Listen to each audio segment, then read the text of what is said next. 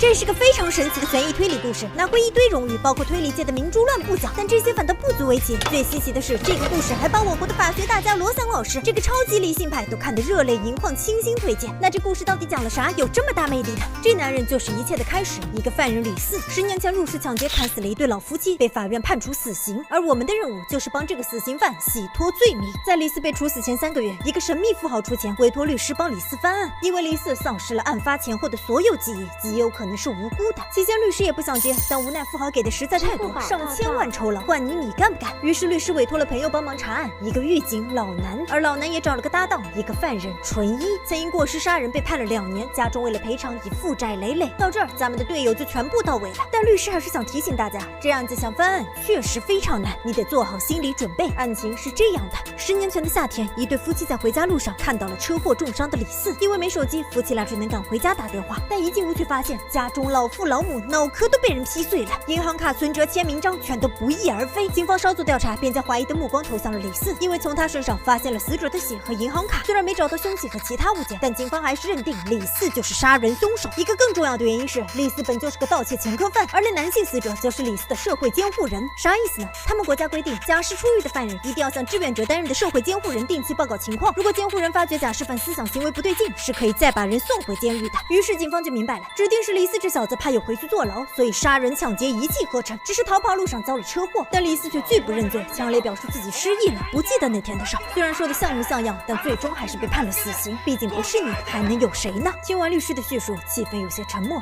确实难办啊。但此时律师又开口了，难办，那还是得办啊。我们有且只有一个突破口。这10年来，李四每天都活在等待死刑执行的痛苦中，而这些痛苦也促使他在最近召回了一些记忆碎片。他记起案发那天，好像曾在某种死亡威胁下爬了一段有13级的台阶，然后埋了什么东西。这线索让咱们仨队友一起想到，有可能当年李四是在真凶胁迫下，跑到台阶那儿藏了一些关键证物，比如当年没找到的沾着凶手指纹的凶器、存折和印章。换而言之，找到13级台阶就能找到真相，救助这个无辜之人。可台阶在哪儿呢？请看那边，如你所见，案发现场是栋平房，上没有任何阶梯，下老南和春一找了个遍也没发现，这就奇了怪了，那台阶还能在哪儿呢？带着这个疑问，老南来到了案发地警署，想了解下当年的情况，但听闻来意，警方也表示不知道什么13级台阶，他们当年就搜过那片区域，一望无际的老山，哪来什么台阶？闻言，老南有些失望。不过当年负责案子的检察官倒告诉了他一个重要情报，那时他们在李四身上发现了几缕衣服纤维，验过汉字，发现是个 B 型血的人留下的，跟李四和死者的血都不同。只是当时警方并未重视，因为这种纤维太常见了。可如今这番话却让老南心中波涛翻涌，这就说明我们的推理不错，当年现场极可能存在第三者，就是那人杀人抢劫，然后碰巧被李四撞见，于是他威胁李四把证据藏在13级台阶后，一起驾车逃跑。想必之后不管出没出意外，真凶都准备杀死李四，并留下银行卡嫁祸于他。通了，老南也按着兴奋准备告诉纯一，我们的方向是对的，就是要找到消失的13级台阶。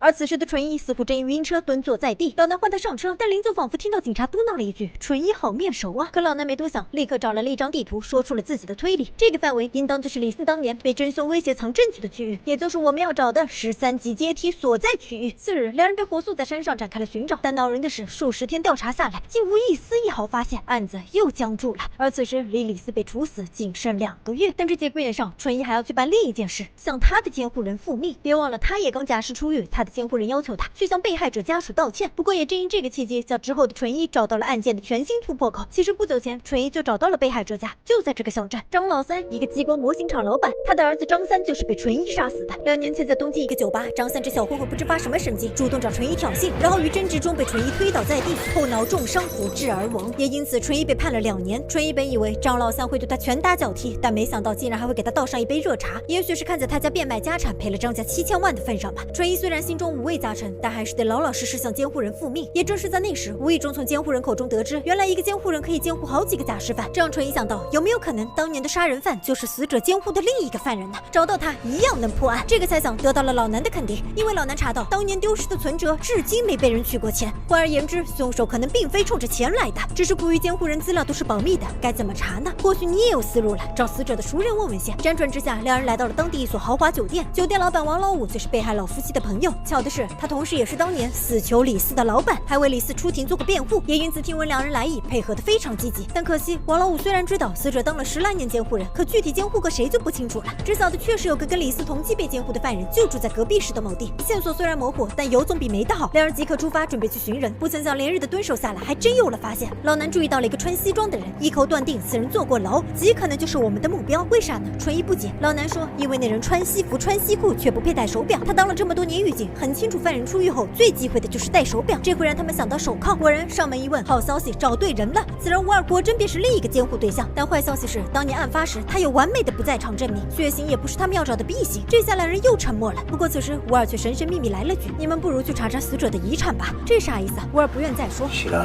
离开后，两人立刻准备联系律师，让他去查遗产的事。但不料律师反倒先找上了他们，说委托人非常生气，因为老南带着个前科犯在行动，一定要叫他们把纯一踢出去。老南想知道委托人是谁，但律师却说这得保密。老南闻言也不多讲，只说如果纯一不干了，那他也不干了。无奈律师只能先安抚他俩，称自己会帮着瞒住委托人。至于遗产的事儿，明早应该就能查到了。那天夜里，纯一悄悄收拾了行李，准备离开。他觉得是自己碍事儿了，但老南叫住了他，并问他：“你知道我为什么要选你吗？因为我也杀过2个人。”老南在监狱中曾亲手执行过2次死刑，但让他痛苦迷茫的是，其中一个犯人已诚心悔过，连被害者家属也为其求情，但老南还是把他送上了绞刑台。老南不知道自己究竟是法律的执行者，还是个无情的刽子手，甚至开始怀疑死刑制度的合理性。直到他看到纯一，了解到他曾在法庭上痛哭流涕，真心悔过，所以才想拉上他一起寻求救赎之道，并亲眼见证纯一重新做人。此时离李斯被处死仅剩1个月。第二天一早，两人依旧回到了山上寻找13级台阶，而律师也查到了死者的遗产。可令人大跌眼镜的是，死者一个普通的退休教师，竟然有1亿存款，相当于几百万人民币，这钱哪来的？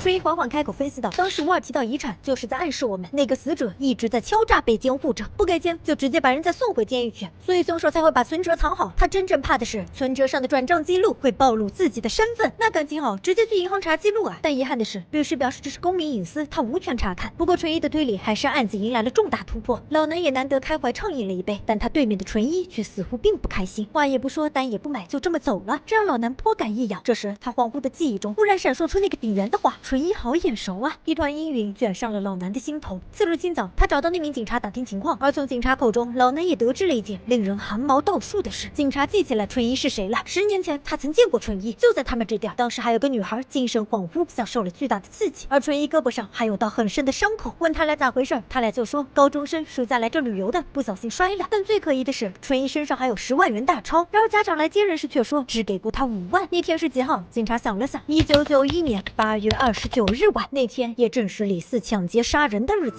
这个结果让老南心中波澜狂涌，彻夜无法入眠。而此时纯一半夜归来，说自己有了新发现，从一个乡土学者口中打听到了13级台阶的事儿，可能在一个庙里。原来这地儿曾有个古寺，但随着地震和泥石流的影响，逐年被山土掩埋。这2年既没法看见，也没几人知道了。难怪我们在山上怎么都找不到台阶，因为台阶是在山下。次日，两人便拿了金属探测器，漫山遍野的搜寻。又是数十日光阴，但乌云总有散去时。在一个土坡处，纯一挖出了一个空洞，像是寺庙的屋檐，往里望去，深邃黝黑。台脚下行是排石头台阶，不多不少，正好13级。洞中土星和霉味交替混杂，佛气法器零星散落。一尊巨大的不动明王正静静俯视着他们。打破这种诡异寂静的是老南的金属探测器，而让机器鸣叫的源头正是藏在黑土之下的一柄被掩埋的斧头，以及一枚死者的签名印章。证据找到了。很快警方也到了。检察官看过现场后，很高兴地向老南说，虽然还没找到存折，但在斧子和印章上，他们已发现了几枚指纹，最晚明晚就能知道是谁的了。那时距李四被处死仅剩4天。次日清早，老南被急促的铃声吵醒，检察官大来的，指纹的匹配有结果了，跟数据库里的艺人完全一致，而计算机筛选出的10年前杀害监护人夫妇的真凶正是纯一。老南只觉得灵魂都在颤栗，他都在想，指纹是不是挖斧子的时候纯一不小心粘上去的？可他又清楚记得，当时纯一一直戴着手套，这到底是怎么回事？他是凶手吗？他一直在骗我们吗？但冷静下来后，老南还是更相信自己对纯一的感觉。他打给纯一询问对方所在，而纯一听到指纹，第一反应也是茫然，反而还告诉老南自己好像知道存折在哪儿了。当时他就觉得佛像古怪，刚才查了资料，发现那种佛像都是空心的，存折可能就在佛像肚子里。但老南现在没心情商量，只说警察要抓你，赶紧跑。而自己则连夜找到了酒店老板王老五。他早就猜想王老五就是委托人，他诚挚的想让王老五帮忙一道去接应纯一，因为他和纯一已发现了消失的存折，马上就能揭露真真正的凶手了，你的委托也能达成了。王老五听完一愣，但旋即便同意了，载着老南一道朝古庙进发。而此时的纯一先行来到古庙，果不其然，在佛像内部，他又找到了一些名堂，一本存折，正是已故监护人的。但奇怪的是，一旁又出现了一把血斧子和一枚印章，这是怎么回事？而另一头，老南、老王也正朝着古庙前进。这时，老南低头一瞥，忽然发现王老五这个西装革履的大老板居然没戴手表，他的心中倏地咯噔了一下。同样心头震动的还有纯一，他打开了存折，赫然看见给死者大笔转账的人叫做王老五。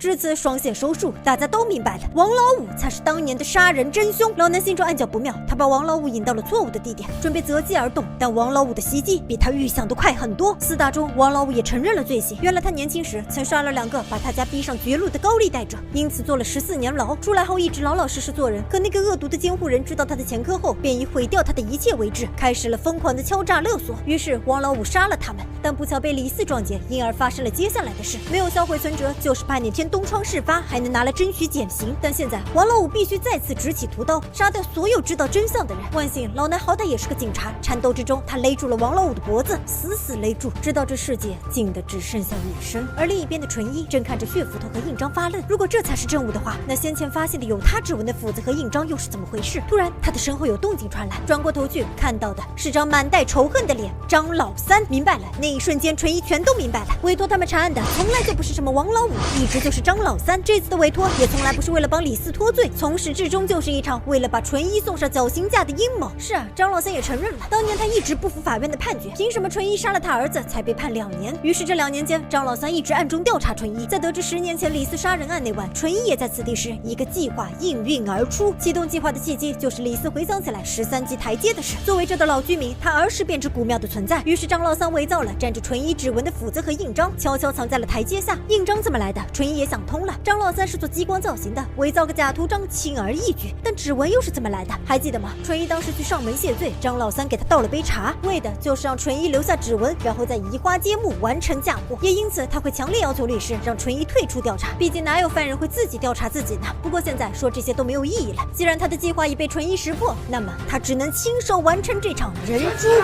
霰弹枪的喷射并没有打中纯一，反而击中了这本就破败的古寺，后命运坍塌齐齐而来，俯视众生的不动明王也轰然倒下。尘埃落定也是数个月后的事了。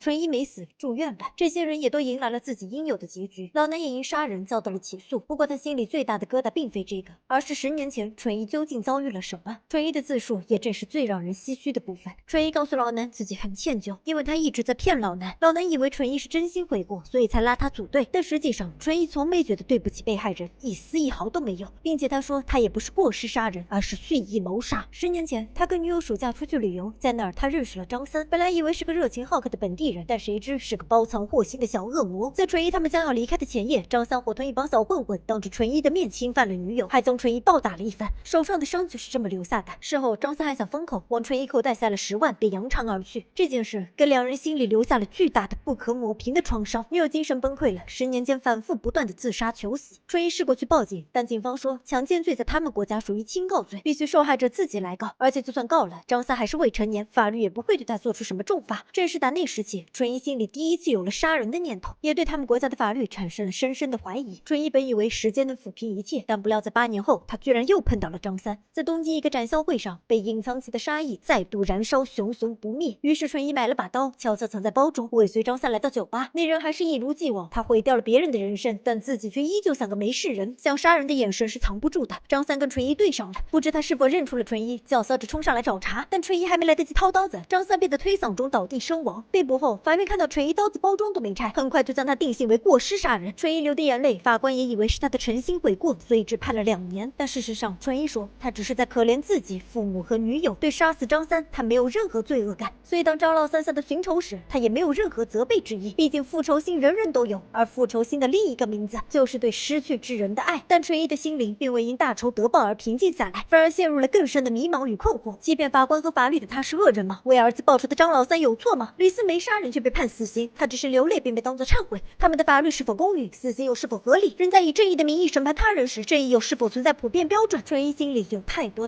的问号。原著中，作者借纯一和老南之口，深入探讨了法律和人性，以及是否应该废除死刑。只是遗憾，电影版因各种原因，并未能完全展示其精髓。想深入领略内核的稿子，依旧推荐拜读原著。最后，让我们用老南对纯一的自语作为收尾：我和你都是无期徒刑，永远没有假释。